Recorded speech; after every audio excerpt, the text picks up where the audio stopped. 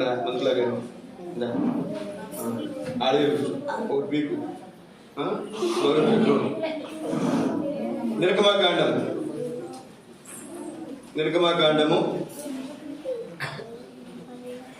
2వ అధ్యాయం.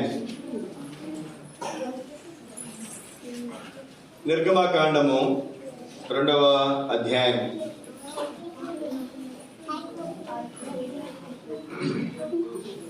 నేను చదువుతున్నాను.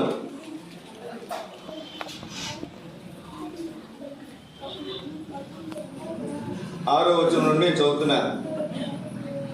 నిర్గమకాండం 2వ అధ్యాయం 6వ వచనం నుండి. తెరచి ఆ పిల్లవాడిని చూసినప్పుడు ఆ పిల్లవాడు ఏడ్చుచుండగా చూచి వాని ఎందుకు కనికరించి, వీడు హెబ్రీయుల పిల్లల్లో ఒకడనేను. అప్పుడు వాని అక్క ఫరో కుమార్తెతో, నీ కొరకు ఈ పిల్లవాడిని పెంచుటకు నేను వెళ్ళి హెబ్రీ స్త్రీలలో ఒక దాన్ని పిలుచుకుని వద్దునా అని. అందుకు ఫరో కుమార్తె వెళ్ళమని చెప్పగా ఆ చిన్నది వెళ్ళి ఆ బిడ్డ తల్లిని పిలుచుకుని వచ్చాను. ఫరో కుమార్తె ఆమెతో, ఈ బిడ్డను తీసుకుని పోయి నా కొరకు వానికి పాలిచ్చి పెంచుము, నేను నీకు జీతం ఇచ్చిందని చెప్పగా ఆ స్త్రీ ఆ బిడ్డను తీసుకుని పోయి పాలిచ్చి పెంచను. ఎవరు పాలిచ్చారండి? ఆ బిడ్డ తల్లి ఆ చంటి బిడ్డకు పాలిచ్చింది. కానీ ఫరో కుమార్తె ఏమంటుంది? ఈ బిడ్డను ఎవరి కోసం పెంచాలంట? మాట్లాడరు. ఎవరి కోసం పెంచాలి? బిడ్డను ఎవరి కోసం పెంచాలండి? ఫరో కుమార్తె కోసం పెంచితే, అమ్మా అక్క కూర్చోనమ్మా, తీసుకో, కూర్చోండి.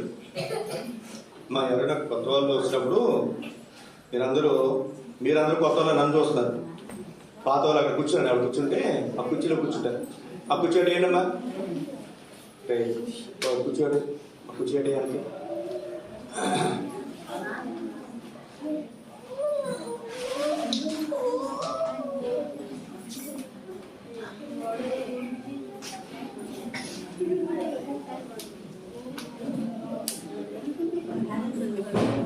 ఈ బిడ్డకు ఏమిచ్చి పెంచాలంట? చంటి బిడ్డకి ఏమిస్తారండి? అక్కడ బాగా దెబ్బలాడుతుంది నా మీద. మా అబ్బాయికి చాక్లెట్ ఇవ్వలేదండి. ఎవరికి ఇవ్వలేదండి చాక్లెట్? ఎవరికి ఇవ్వలేదు? ఆ బుడ్డోడికి ఇవ్వలేదండి. పెట్టావా? మా ప్రాంతానికి చాక్లెట్ పెట్టావా? ఎప్పుడు పెట్టాలి? అన్నం ముట్టించిన తర్వాత పెట్టాలి. ఎప్పుడు అన్నం ముట్టించాలి? బైబిల్ ఇందులో ఒక మాట మీకు చూపిస్తాను. లూకా సువార్త 2వ అధ్యాయంలో యేసుక్రీస్తు వారు మీరు ఎక్కడ తీసుకెళ్లారంట? చూడండి, లూకా సువార్త 2వ అధ్యాయం 21వ వచనం. ఆ శిశువులకు సున్నతి చేయవలసిన 8వ దినమున వచ్చినప్పుడు గర్భమందు ఆయన పడకమునపు దేవదూత చేత పెట్టబడిన యేసు అను పేరు వారు ఆయనకి పెట్టిని. తర్వాత మోషే ధర్మశాస్త్రం చొప్పున వారు తమను శుద్ధి చేసుకుని దినములు గడిచినప్పుడు ప్రతి తొలుచూలు మగపిల్ల ప్రభువునకు ప్రతిష్ఠితము చేయబడవలెను అని ప్రభువు ధర్మశాస్త్రమందు రాయబడినట్టు ఆయనను ప్రభువునకు ప్రతిష్ఠించుటకు ప్రభువు ధర్మశాస్త్రమందు చెప్పబడిన గువ్వల చేతనైనను 2 పావుల పిల్లలైన బలిగా సమర్పించుటకు వారు ఆయనను యెరూషలేమునకు తీసుకుని వచ్చారు. యేసుక్రీస్తు వారినే ఆ చిన్న బిడ్డను ప్రతిష్ఠ చేయడానికి ఎక్కడ తీసుకొచ్చారంట? దేవుని మందిరంలోనికి తీసుకువచ్చారు. ఇప్పుడు బిడ్డను మీరు ఎక్కడ తీసుకొచ్చారు చెప్పండి? అన్నం ముట్టించి ఇంటికాడ కూడా అన్నం ముట్టించవచ్చు కదండి. ఇంటికాడ కూడా పేరు పెట్టవచ్చు. కాబట్టి అన్నం ముట్టించడం అన్నయ్య కూర్చోండి. అన్నం ముట్టించడం లేదా పేరు పెట్టడం ఎక్కడ? యేసుక్రీస్తు వారు ఎక్కడ తీసుకొచ్చారంట? దేవుని మందిరంలోకి తీసుకుని వచ్చారు. కాబట్టి ఈ మధ్యాహ్నకాల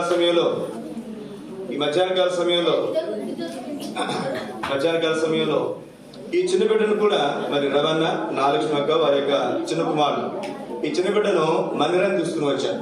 ఇప్పుడు ఈ చిన్న బిడ్డ కోసం మనం ఏం చేస్తామంటే ప్రార్థన చేస్తాం. ప్రతిష్ట అంటే ఆ చిన్న బిడ్డ కొరకు మనం అందరం ఏం చేస్తాం చెప్పండి? ప్రార్థన చేస్తాం. మనం ప్రార్థన చేసిన తర్వాత ఈ చిన్న బిడ్డను ఈ తల్లిదండ్రులు ఏం చేయాలి?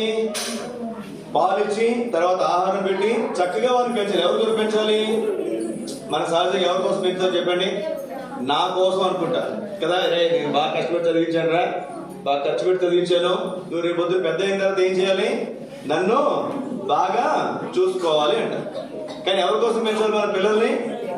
మన కోసం మనం పెంచితే మనకేమీ రాదు. చాలా మంది పిల్లల్ని చూస్తున్నాం మనం, వాళ్ళు చక్కగా చదివించాం, చక్కగా ప్రయోజనం చేసాం, వారు ఉద్యోగం చేస్తున్నారు, తల్లిదండ్రులు చూస్తారా? చాలా తక్కువ మంది చూసేది. కానీ మనం దేవుని కొరకు పెంచితే దేవుడు ఏం చేస్తాడంటే మనకి బహుమానం ఇస్తాడు, జీతం ఇస్తాడు. మన దేవుని కొరకు బిడ్డలను పెంచితే దేవుడు మనకి ఏమి ఇస్తాడండి? జీతం ఇస్తాడు. కాబట్టి మధ్యాహ్న కాల సమయంలో ఎవరికి నాలెడ్జ్ పక్క చెప్తున్నాను. పెద్ద కుమారుడు డానియేల్ అయినా, చిన్న కుమారుడు ఈ చిన్న బిడ్డైనా ఎవరి కోసం పెంచాలంట? ఎవరి కోసం అండి? చెప్పండి. దేవుని కోసం పెంచాలి. నేను వాళ్ళకి చెప్పాను హాస్పిటల్లో, అక్కేమో ముందు అబ్బాయి కాబట్టి తర్వాత అమ్మాయి కావాలంటే నేను సరే అబ్బాయి పుట్టాడు కదమ్మా, పెద్దవాడిని ఇస్తావు మాకు, చిన్నవాడిని ఇస్తావని అడిగాను. మాకు ఇవ్వటం ఏంటి? ఫాస్టింగ్ చేయాలని, దైవ సేవకం చేయాలి, మీరు కూడా ప్రార్థన చేయండి. అప్పుడు అడిగితే ఏమవుతారా అంటే వాడు అంటాడు, డానియేల్ ఫాస్ట్ అవుతాను అంకుల్ అంటాడు. వాడు చాలా ప్రాముఖ్యమైనటువంటి సంగతి. లేక ఎన్ని సంవత్సరాలు డానియేల్ పుట్టిన? ఎన్ని సంవత్సరాలు మీకు? పెళ్ళైన 10 సంవత్సరాలకి డానియేల్ పుట్టి మన మందిరంలో దేవుడు వాళ్ళు ఆశీర్వదించాడు. తర్వాత 6 సంవత్సరాలకి వీడు పుట్టింది. మళ్ళీ 6 సంవత్సరాలకి మళ్ళీ దేవుడు కుమారుణ్ణి ఇచ్చాడు. అలాగే మన మధ్యలో శ్రీనన్న జ్యోతకు కూడా కుమార్ త్రిప్కని అందులో వాళ్ళతోటి మన ఇంటికి వెళ్తే అంటున్నాడు ఆయన, ఏం చేస్తావు అమ్మాయి, పెద్ద తర్వాత ఏం చేస్తావు అమ్మాయి అంటే, నేను దేవుని సేవకు ఇస్తానన్నా అన్నా. ఎందుకు చెప్తానంటే అందరూ వింటారని. నేను మర్చిపోయినా రేపొద్దున వాళ్ళందరినీ అడుగుతారు, ఏందయ్యా సీనప్పుడు నువ్వు చెప్పావంట, మరి ఏం చేస్తున్నావు అమ్మాయి అని చెప్పి అడుగుతారు. ఇప్పుడు ఈ అబ్బాయికి పేరు పెట్టాలి. ఏం పెట్టాలండి? పేరు.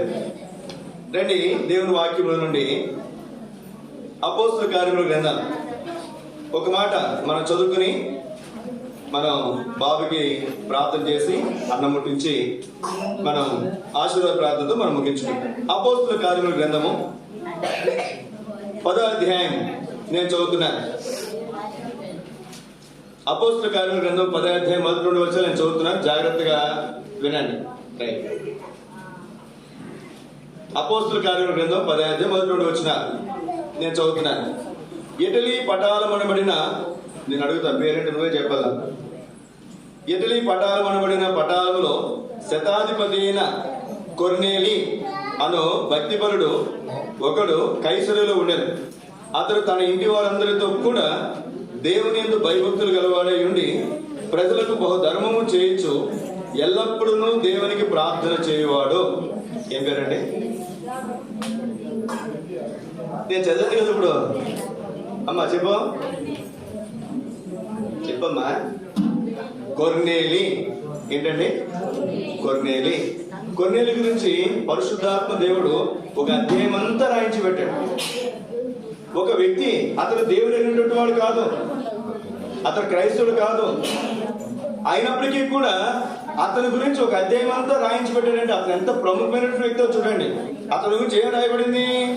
అతడు భక్తిపరుడు. ఎవరంటే కొర్నేలి? ఎవరంట? ఏ పేరు?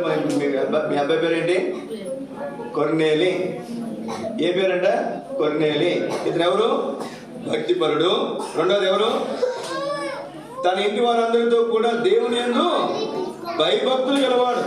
తన ఇంటి వారందరితో కూడా, ఇప్పుడు తల్లిదండ్రులతో, రేపొద్దున తన కుటుంబంతో, తన బిడ్డలతో, తన భార్యతో, అందరితో కూడా దేవుని యందు భయభక్తులు గలవాడు. మూడోదేం చెప్పండి? ఎల్లప్పుడూ దేవునికి ప్రార్థన చేయవాడు. కాబట్టి ఈ 3 లక్షణాలు కూడా ఈ చిన్న బిడ్డ జీవితంలో దేవుడు నెరవేర్చాలని. మరి కొర్నేలి ఏ విధంగా అయితే ఒక ప్రముఖమైన వ్యక్తిగా తాను తర్వాత పేతురుని ఇంటికి పిలిపించుకుని వాక్యం విని తాను రక్షించబడి, వారందరూ బాప్తిసం తీసుకుని తాను రక్షించబడి అనేక మందికి దేవుని వాక్యాన్ని వినిపించి, మరి ఎంతమందో అన్యులు రక్షించబడటానికి మూలం ఎవరంటే ఈ కొర్నేలి. అన్యులందరూ రక్షించబడడానికి కారణం చెప్పండి? కొర్నేలి. ఈ కొర్నేలి ద్వారానే అన్ని జనులకు సువార్త వ్యాపించబడింది. అన్ని జనులకు మొట్టమొదటి సువార్త చెప్పబడింది ఎక్కడంటే కొర్నేలి ఇంట్లోనే. ఎక్కడండి? కొర్నేలి ఇంట్లో. కాబట్టి అట్లా దేవుడు భవిష్యత్ దినాల్లో ఈ చిన్న బిడ్డ కొర్నేలిని దేవుడు దీవించినట్లుగా, ఆశీర్వదించినట్లుగా మనం ప్రార్థన చేస్తాం.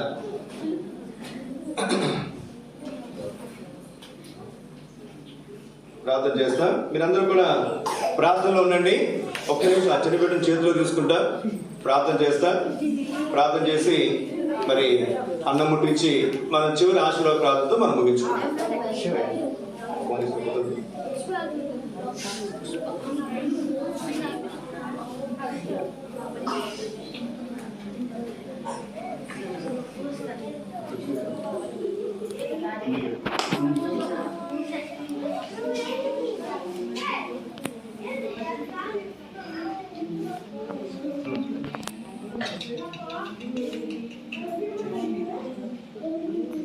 ఏం పేరండి? కొర్నేలి. ప్రార్థన చేస్తా. మీరందరూ నన్ను చూడకూడదు. ఏం చేయాలి? మీరు కూడా కళ్ళు మూసుకుని ప్రార్థన ఉండాలి. చిన్న బిడ్డ కోసం ప్రార్థన చేయాలి. చిన్న బిడ్డ కోసం మనం ఏం చేయాలి? కళ్ళు మూసుకుని మోకరించి చిన్న బిడ్డ పేరు కొర్నేలి.